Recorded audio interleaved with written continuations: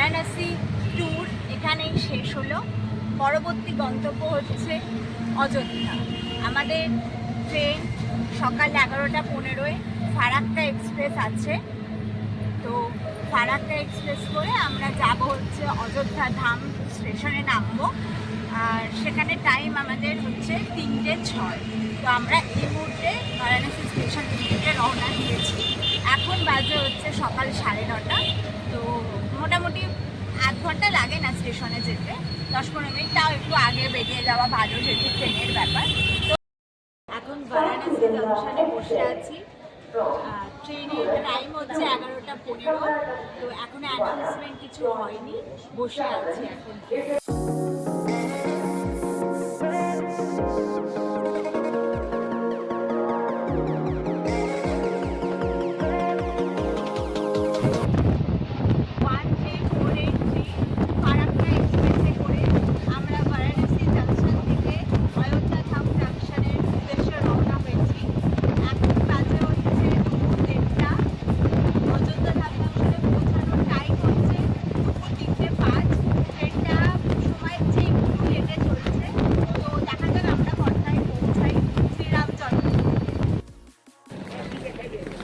পৌঁছে গেছি অযোধ্যা ধাম junction.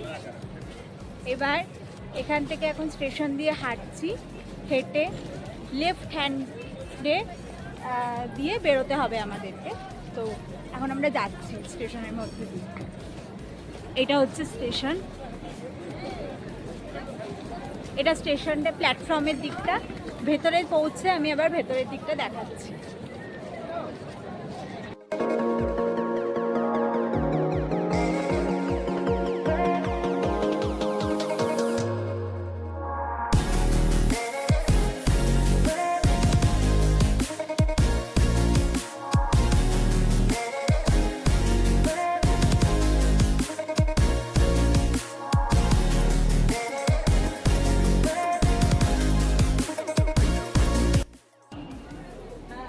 Escalator দিয়ে আমরা নামছি। এখান থেকে হবে।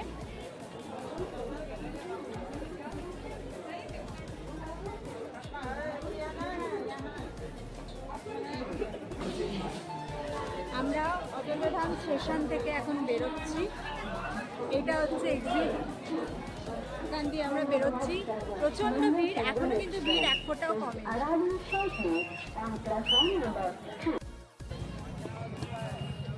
ফাইনালি আমরা অযোধ্যাতে পৌঁছে গেছি। অযোধ্যার রাম মন্দিরের উদ্দেশ্যে আমরা যাচ্ছি। আমরা ট্রেনে করে নেমেছিলাম হচ্ছে বিকেল 4:15-20। তারপর আমরা হোটেলে গিয়ে একটু ফ্রেশ হয়ে এখন বেরিয়েছি রাম মন্দিরের উদ্দেশ্যে। এখন রাম মন্দির রাত্রি 10টা পর্যন্ত খোলা থাকে। সুতরাং যারা আসতে চাইছেন তাড়াহুড়ো করার কোনো ব্যাপার নেই, রাত্রি 10টা পর্যন্ত খোলা থাকে। হ্যাঁ, এন্ট্রিটা কিছু লোকে বলছে রাত্রি 8টা, কেউ বলছে রাত্রি 9টা পর্যন্ত আছে, কিন্তু মন্দির 10টা পর্যন্ত খোলা। সুতরাং তাড়াহুড়ো করার কোনো ব্যাপার নেই, ধীরে সুস্থে আসতে পারে। তো এবার আমরা যাচ্ছি, এই সামনে রাস্তাটা দেখালাম নেই।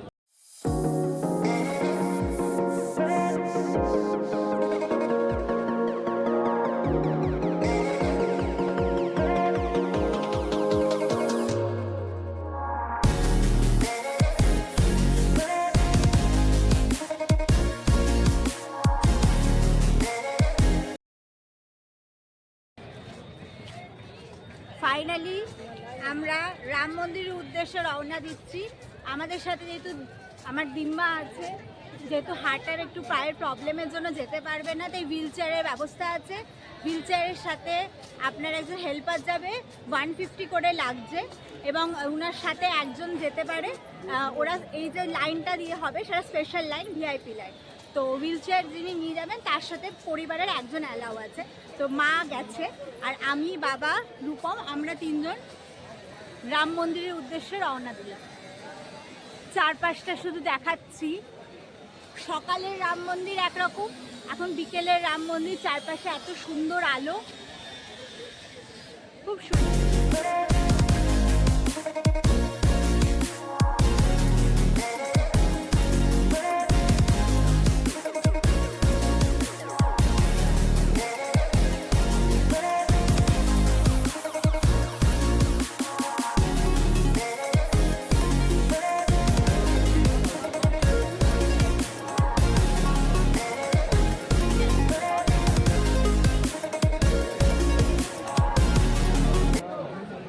এই সামনে জুতো ব্যাগ সমস্ত কিছু জমা করতে হবে, তারপর আমরা সামনের দিকে রওনা দেব।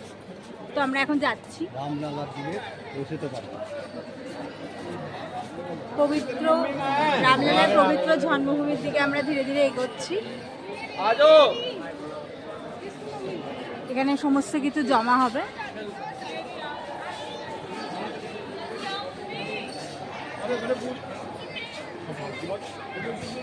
তো এখান পর্যন্ত আমি দেখাতে পারলাম, পরবর্তীতে বেরোনোর পর আমার অভিজ্ঞতার কথা আমি শেয়ার করব।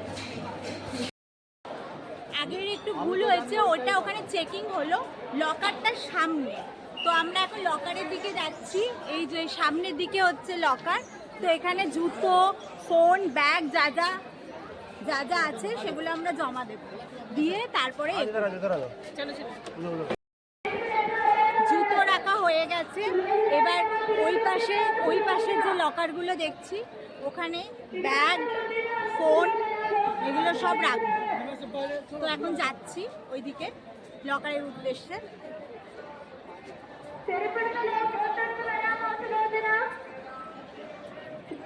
এইদিকে সামনে লকার, তো লকারের মধ্যে আমরা জিনিসগুলো রেখে দেবো।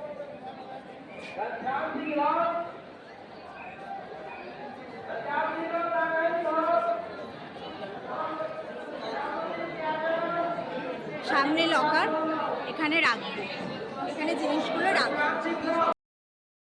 এখান দিয়ে রাম মন্দির থেকে বেরোলাম এক্সিট, আর এই দিকে ছিল লকার, এখানে ব্যাগ রাখা ছিল ফোন রাখা ছিল।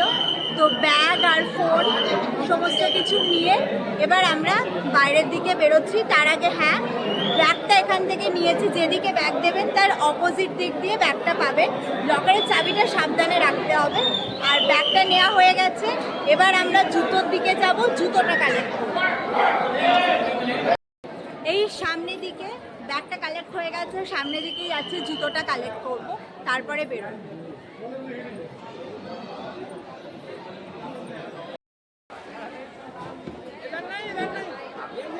এখানে জুতো রেখেছিলাম, তো টোকেনটা ফেরত দিলাম, টোকেনটা দিয়ে এবার জুতোটা আমাদের দিচ্ছি।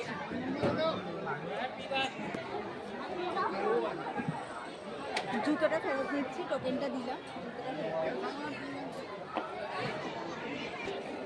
একটা জিনিস খুব ভালো লাগলো, এখানের ম্যানেজমেন্টটা কিন্তু খুব ভালো। জুতো রাখা বলুন ব্যাগ রাখা বলুন বা লাইন করে ঢোকানো বলুন, ম্যানেজমেন্টটা খুব ভালো। কিন্তু কি একটু হাঁটতে হবে, একটু, যেমন আমরা ঢুকেছি একটু বেশি হেঁটে, তেমনি বেরোনোটাও কিন্তু অনেকটা হেঁটে, তাই একটু হাঁটার ব্যাপার আছে। আর আরেকটা হচ্ছে কি, যে মন্দিরের ভেতরে আমরা হয়তো অনেকটা লাইন দিয়ে অনেকটা হেঁটে যাচ্ছি, মন্দিরের ভেতরে কিন্তু বেশিক্ষণ দাঁড়াতে দিচ্ছে না, মানে ওই হার্ডলি 10-15 সেকেন্ড আপনি দেখতে পাবেন।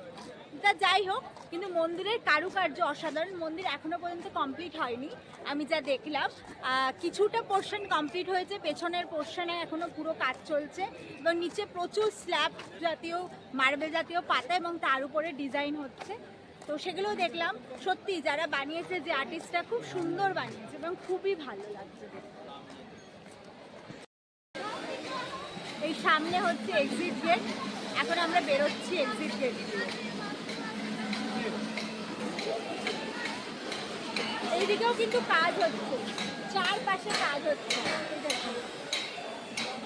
কাজ কিন্তু কন্টিনিউয়াস হয়ে যাচ্ছে, সব দিকে কাজ চলছে এখন, মানে আন্ডার কনস্ট্রাকশন বলতে পারি।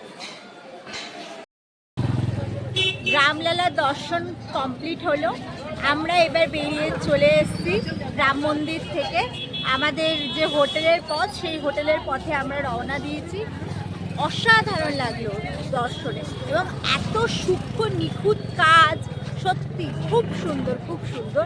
কিন্তু হ্যাঁ, এখনো বহু কাজ বাকি আছে, কাজ চলছে এবং এখনো চলবে। আমার তো মনে হয় 2-3 বছর এখনো লাগবে ফুল কমপ্লিট হতে। তো যাই হোক, কিন্তু সত্যি খুব সুন্দর লাগলো দেখে, মন পুরো ভরে গেল। আমাদের সকলের পছন্দের ছোটবেলার একটা প্রিয় খাবার এখন খাচ্ছি, বরফের গোলা। হরেক রকম হলুদ সবুজ নীল লাল রং দিয়ে ভরা এই বরফের গোলা অসাধারণ।